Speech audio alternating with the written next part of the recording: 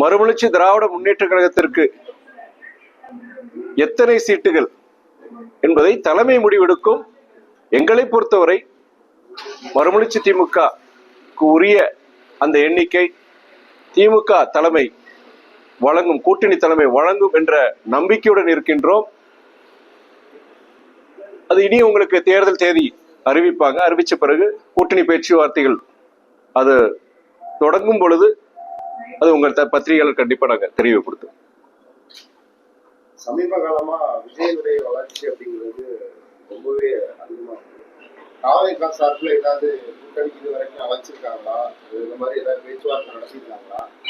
இந்த ஆட்சியில பங்கு, அதிகாரத்துல பங்கு உள்ளிட்ட விஷயங்கள்லாம் சொல்றாங்க. எப்படி திராவிட முன்னேற்ற கழகத்தின் தலைமையில் உள்ள இந்த கூட்டணியில் நாங்கள் நம்பிக்கை கொண்டுள்ளோம். இந்த கூட்டணியில் நீடிக்க வேண்டும் என்ற உறுதிப்பாடுடன் நாங்கள் உள்ளோம். ஒரு கூட்டணியில இவங்க கண்டிப்பா உறுதியை இருப்பாங்கிற வரும்போது அங்க அழைப்பு வருது, இல்ல நாங்க அந்த கூட்டணி நாங்க பரிசீலிக்கிறோம், அந்த கேள்விக்கு இடம் கிடையாது. மற்ற இயக்கங்களை பற்றி நான் சொல்ல விரும்பவில்லை. கிட்டத்தட்ட 8-9 வருடங்களாக இந்த திராவிட முன்னேற்ற கழகத்து கூட்டணியில் நாங்கள் நீடித்து வருகிறோம். எந்த நோக்கத்துக்காக இந்த கூட்டணியில் நாங்கள் இணைந்தோமோ அந்த நோக்கம் இன்றும் தொடர்கின்றது. அதனால் நீங்க இன்னொரு கூட்டணியிலிருந்து அழைப்பு வந்ததா செஞ்சதாங்க, அதுக்கு பேச்சுக்கே இடம் கிடையாது. ரெண்டாவது இன்னொரு விஷயம் என்னன்னா, ஆட்சி, அதாவது கூட்டணி ஆட்சி அப்படிங்கிற நீங்க ஒரு கேள்வி கேட்டீங்க. நீங்க பிற இயக்கங்களை பற்றி நாங்கள் சொல்ல விரும்பவில்லை. ஆனா தமிழ்நாட்டில் பொறுத்த வரைக்கும் கூட்டணி ஆட்சிங்கிற அந்த இதே இதுவரைக்கும் இருந்ததில்லை. இன்னைக்கு ஒரு தமிழ்நாட்டில் பொறுத்த வரைக்கும் ஒரு புதிய சூழ்நிலை, அதாவது மதவாத சக்திகள் தமிழ்நாட்டில் வேறுன்றதுக்கு உண்டான ஒரு சூழ்நிலை உருவாயிருக்கிற இந்த நேரத்துல இந்த கூட்டணி ஆட்சிங்கிறது அதுதான் வேணும். கூட்டணி தான், அதாவது ஆட்சிக்கு வந்தால் எங்களுக்கு அந்த மந்திரி சபையில் இடம் பெற வேண்டும் என்ற அந்த இதுக்குள்ள நாங்க போக விரும்பல. ஏன்னா மேற்கொண்டும் அது கூட்டணிக்குள் குழப்பத்தை உருவாக்குங்கிறதா என்னுடைய இது. இப்போ சொல்லலாம், போன கிட்டத்தட்ட 2 வருஷம் 3 வருஷம் பலமுறை இந்த கேள்வி கேட்கப்பட்ட பொழுது மற்ற இயக்கங்களை பற்றி கிடையாது. மறுமலர்ச்சி திமுக பொறுத்த வரைக்கும், மந்திரி சபையில் பொறுத்த வரைக்கும், இல்ல கூட்டணி ஆட்சியை பொறுத்த வரைக்கும் அதுல தமிழ்நாட்டுக்கு எந்த சூழலுக்கு பொறுத்த வரைக்கும் உகந்தது அல்லங்கிறத என்னுடைய கருத்து.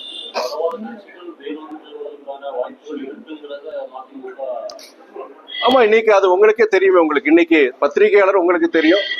இன்னைக்கு கடந்த ஒரு 6-7 வருடங்கள்ல பொறுத்த வரைக்கும் மதவாத சக்திகள் பொறுத்த வரைக்கும் இன்னைக்கு அவங்க வளர்கிறார்கள், மறுக்க முடியாது. அதற்குண்டான அவங்க மேற்கொண்டும் வளர்ந்து விடக்கூடாது.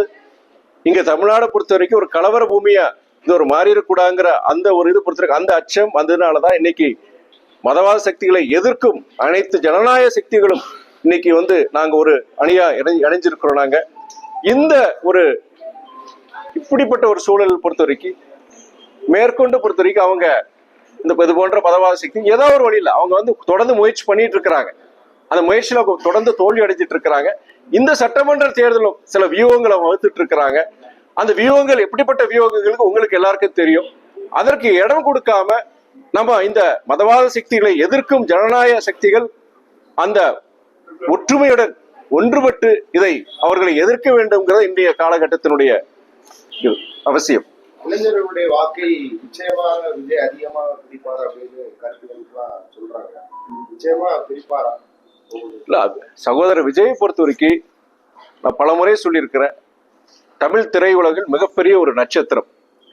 அப்படி தமிழ் துறையில் ஒரு நட்சத்திரமா இருக்கும் பொழுது கண்டிப்பா அவர்களுக்கு ஒரு இளைஞர்களுடைய ஆதரவு கணிசமா இருக்கு. அதில் மறுக்கல நான். அதே வேளையில் இன்னைக்கு அவர் அரசியல் கட்சியை தொடங்கி இன்னைக்கு வருகின்ற சட்டமன்ற தேர்தல் அவர் ஒரு அணியா போட்டியிட போறார். அப்படி அணியா போட்டியிட பொழுது அது மறைமுகமாக அவர் மதவாத சக்தியில் அவர் எதிர்க்கிறார், கருத்துக்கள் சொல்றார். அதே வேளையில் அந்த மதவாத சக்திகளுக்கு அவருக்கு தெரியாமலே அவர்களை உதவக்கூடிய ஒரு சூழ்நிலை அவர் உருவாயிடக்கூடாதுன்னு தான் எங்களுடைய ஆரம்ப காலகட்டத்தில் நான் சொல்லிட்டு இருக்கிறேன் நான். ஆனா எங்களை பொறுத்த வரைக்கும் சகோதரர் விஜய் ஒரு இயக்கமா இருக்கட்டும், அவர் கூட்டணி அமைச்சாலும் செஞ்சாலுமே திராவிட முன்னேற்ற கழகத்தில் தலைமையிலான கூட்டணி, இந்த கூட்டணி தான் மதவாத சக்திகளை எதிர்க்கவும் தகர்க்கவும் ஒரு வல்லமை படைத்த ஒரு கூட்டணியா நாங்க பாக்குறோம். நாங்க அதனால என்னதான் பிறர் சகோதரர் விஜய் உட்பட பலர் 3வது அணி 4வது அணி சொன்னாலுமே இந்த தடவை பொறுத்த வரைக்கும் இந்த கூட்டணி ஒரு வலிமையான கூட்டணி. இந்த கூட்டணி கண்டிப்பாக இந்த தேர்தலில் வெற்றி பெறும்ங்கிறத என்னோட கருத்துல சொல்ல வரும். அதிமுக விஜய் பாஜக கூட்டணி அமைச்சா தமிழ்நாட்டில் வெற்றி வாய்ப்புகள் வந்து எப்படி இருக்கும்? இதற்கான வாய்ப்புகள் வந்து இருக்காங்க. நீங்க இல்லாத ஊருக்கு வெளியே சொல்றீங்க நீங்க. அதாவது நீங்க அதிமுக பாஜக சகோதரர் விஜய் ஒரு கூட்டணி சொல்றீங்க.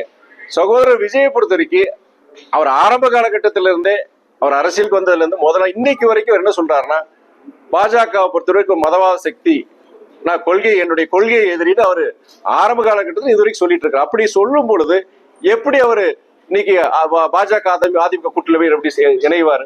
அதுக்கு வாய்ப்பே கிடையாது. சார், அண்மையில வந்து பாஜக அதிமுகவை கடுமையா எதிர்க்க அவரு வந்து இப்ப வந்து ஒன்லி திமுக தான் எதிரி அப்படின்னு சொல்லிட்டு இருக்காரு.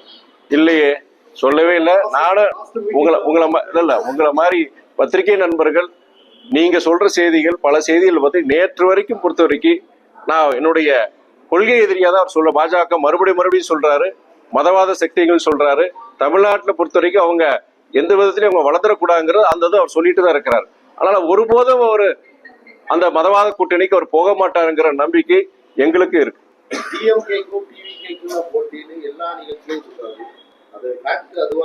நீங்க அண்ணன் எடப்பாடி கிட்ட கேட்டீங்கன்னா அவர் அதிமுகவுக்கும் திமுக கூட்டணிக்கும் போட்டின்னு சொல்லுவாரு. சகோதரர் விஜய் கிட்ட கேட்டீங்கன்னா அவருடைய இயக்கத்துக்கும் திமுக கூட்டணிக்கு தான் போட்டின்னு சொல்லுவாங்க. ஆனா ஆக மொத்தத்துல எத்தனை அணிகள் இருந்தாலுமே தமிழ்நாட்டை பொறுத்த வரைக்கும் திமுக வர்சஸ் மற்ற திமுக கூட்டணி வர்சஸ் மற்ற கூட்டணிகள் தான் வருது. அதனால நாங்க வந்து அதை முதலே சொல்லியிருக்கிறான், பிற இயக்கங்கள் பிற கூட்டணிகள் பற்றி எங்களுக்கு கவலை கிடையாது. எங்களை பொறுத்த வரைக்கும் இந்த மதவாத சக்திகளை எதிர்க்கவும் தகர்க்கவும் ஒரு வலிமையான கூட்டணி திமுக தலைமையிலான கூட்டணி.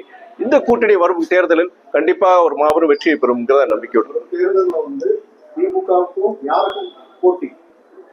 திமுகவுக்கும் மதவாத சக்திகள் நான் சொல்றேன். திமுகவுக்கும் மதவாத சக்தியும் போட்டியாரு. வேற யார் இருக்காங்க இங்க தம்பி? $1 மில்லியன் கொஸ்டின் அது.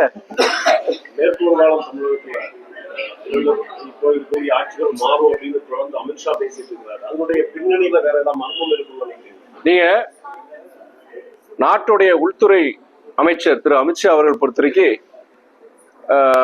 நாங்க எல்லா இடத்தையும் நாங்க பிடிச்சிட்டோம். நாங்க இறுதியா வந்து மேற்கு வங்கத்திலேயே தமிழ்நாட்டில் எங்க முத்திரை பதிப்போங்கிற அவர் சொல்லிட்டு இருக்கிறாரு. ஆட்சி மாற்றம் வரும்னு சொல்லிட்டு இருக்கிறாரு.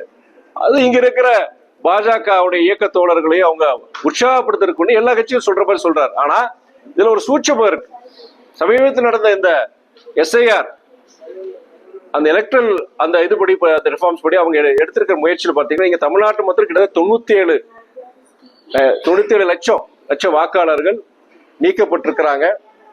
வங்கத்திலேயும் அதே மாதிரி நீக்கப்பட்டிருக்காங்க. உத்தரப்பிரதேசல கிட்டத்தட்ட 2 கோடி, கிட்டத்தட்ட 3 கோடின்னு சொல்றாங்க உத்தரப்பிரதேசல.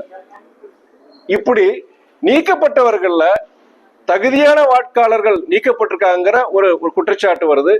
எங்க இயக்கத்திலே இப்போ நான் போன வாரம் பாத்தீங்கன்னா எங்களுடைய மேட்டுப்பாளையத்திலிருந்து அங்க இருக்கிற நகர செயலாளர் ஒரு இஸ்லாமிய சமூகத்தை சார்ந்தவர், அவர் வந்து எனக்கு ஒரு கடிதம் போட்டிருக்கிறார். அவரு கிட்டத்தட்ட அவங்க பாரம்பரியமா அந்த ஊர்லயே இருக்கிறாங்க. அவங்க இங்கிருந்து குடி மாறி போகல, அந்த மேட்டுப்பாளையம் நகரத்துல இருக்கிறாங்க. குடும்பத்தோட அவங்களுடைய பெயர்கள் எல்லாருமே வந்து இன்னைக்கு அந்த வரைவு வாக்காளர் பட்டியலில் இருந்து அவங்க நீக்கப்பட்டிருக்கிறாங்க. நான் அதான் சொன்னேன் மறுபடியும், இது வந்து ஒரு உதாரணம். மேட்டுப்பாளையத்துல மறுமலர்ச்சி திராவிட முன்னேற்ற கழகத்தை சார்ந்த ஒரு நகர செயலாளர், அவருடைய குடும்பம், ஒரு இஸ்லாமிய சமூகத்தை சார்ந்தவர், அவருடைய குடும்பமே இன்னைக்கு அதுல இருந்து வாக்காளர் அந்த வரைவு பட்டியல இருந்து நீக்கப்பட்டிருக்காங்கன்னா அப்ப தமிழ்நாடு முழுக்க இந்த மாதிரி பல சம்பவங்கள் நடந்திருக்குங்கிற ஒரு ஐயப்பாடு வருது.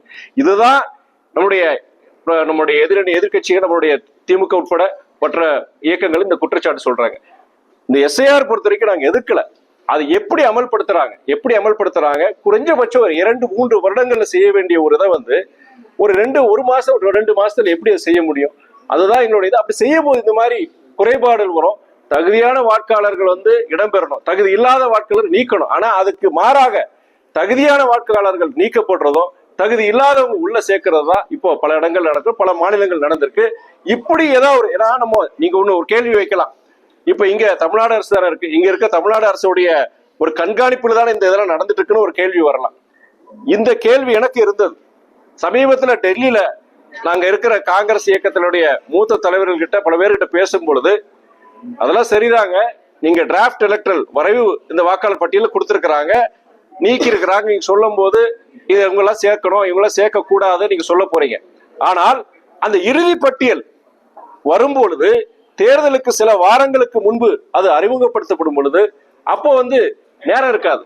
அப்பதான் உங்களுக்கு தெரியும் உண்மையிலே இதுல என்ன நடந்திருக்குங்க. மற்ற மாநிலங்கள் இதுதான் நடந்திருக்கு, பீகார் இதுதான் நடந்தது. அதனால இங்க பொறுத்த வரைக்கும் அந்த இறுதி பட்டியல் அவங்க நீங்க சொல்ற இதெல்லாம் திருத்தங்களோட இறுதி பட்டியல் வரும்போது, தேர்தலுக்கு சில வாரங்களுக்கு வரும்போது, அப்ப அவங்களுக்கு சாதகமாக கூட அது கொண்டு வரலாம். இப்படி குறுக்கு வழிகள் ஏதாவது இங்க ஆட்சி மாற்றத்தை இங்கேயும் சரி மேற்கு வங்கத்திலும் ஒரு ஆட்சி மாற்றத்தை உருவாக்கலாம்ங்கிற ஒரு எண்ணம் கூட நம்முடைய உள்துறை அமைச்சர் திரு அமித்ஷா அவர்களுக்கு இருக்கலாம். சார், தமிழ்நாட்டில் அண்மை ஒதுக்கப்பட்ட வாக்காளர்கள் லட்சக்கணக்கான வாக்காளர்கள் ஒதுக்கியிருக்காங்க. எதிர்த்தரப்பு எதிர்கட்சியும் என்ன சொல்லுதுன்னா, இந்த கள்ள ஓட்டுகளை பயன்படுத்தி தான் திமுகவும் கூட்டணி கட்சியும் இந்த தேர்தலில் வெற்றி பெற்றதுன்னு சொல்றாங்க. நீங்க இதே பட்டியல் தான் முன்னாடி இருந்தது. அதிமுக ஆட்சிக்கு வரும்போது இதே பட்டியல் தான் இருந்தது. எப்படி வந்தது? மாறலையே. அது அதே பட்டியல் வச்சுதான் அதிமுக அவங்க வெற்றி பெற்று இருந்திருக்கிறாங்க. இப்போ நாங்க சொல்றது என்னன்னா, இப்போ வரைவு வாக்காளர் பட்டியல் வந்திருக்கு. இதுல பல இடங்கள்ல இப்போ திமுக மாத்திரம் கிடையாது, அதிமுகவும் சில இடங்கள் அவங்க சொல்லியிருக்கிறாங்க, இந்த மாதிரி தகுதியான வாக்கள் நீக்கப்பட்டிருக்காங்க, சில பேர் நீக்கப்படாம இருக்கிறாங்க எல்லாம் சொல்லியிருக்கிறாங்க. ஆனா என்னுடைய அச்சம், பல பேருடைய அச்சம் என்னன்னா, இறுதி பட்டியல் வரும் பொழுது அது எவ்வளவு நியாயமா இருக்குங்கிறதா நம்முடைய கேள்வி. அது பீகார்ல நடந்த மாதிரி இங்கே நடந்துடக்கூடாதுங்கிற ஒரு அச்சம் இருக்கு. நீங்க உதாரணம் பொறுத்த வரைக்கும் மேற்கு வங்கத்துல குறிப்பிட்ட ஒரு சமூகத்தை சார்ந்தவங்க லட்சக்கணக்கில் ஒரு குறிப்பிட்ட சில தொகுதிகள்ல பாத்தீங்கன்னா அவங்க கிட்டத்தட்ட 25 விழுக்காடு 30 விழுக்காடு இருக்கிறாங்க. கணிசமா அவங்க நீக்கப்பட்டிருக்காங்கன்னு அவங்க சொல்லி இன்னைக்கு கூட ஹிந்து பத்திரிகையில் இன்னைக்கு 4/8 நான் ஒரு இது படிச்சேன். நான் இது போன்ற இது நம்ம தமிழ்நாட்டை பொறுத்த வரைக்கும் இறுதி பட்டியல் வரும்போது நமக்கு தெரியணும். தமிழ்நாட்டில் இப்போ வரக்கூடிய சட்டமன்ற தேர்தலில் அதிமுக எவ்வளவு தொகுதிகளில் போட்டியிட பிளான் பண்ணியிருக்கீங்க? ஏற்கனவே கொடுத்த தொகுதிகளை விட தொகுதி குறைக்கப்படுவதாக ஒரு தகவல் பரவிட்டு இருக்கு. இங்க தொகுதியில் பொறுத்த வரைக்கும் எண்ணிக்கையை பொறுத்த வரைக்கும் ஆரம்பத்துல சொல்லியிருக்கிறேன் நான், எங்களுக்கு எத்தனை தொகுதிகள் தேவைங்கிறது எங்களுடைய இயக்க தலைமை முடிவெடுக்கும்.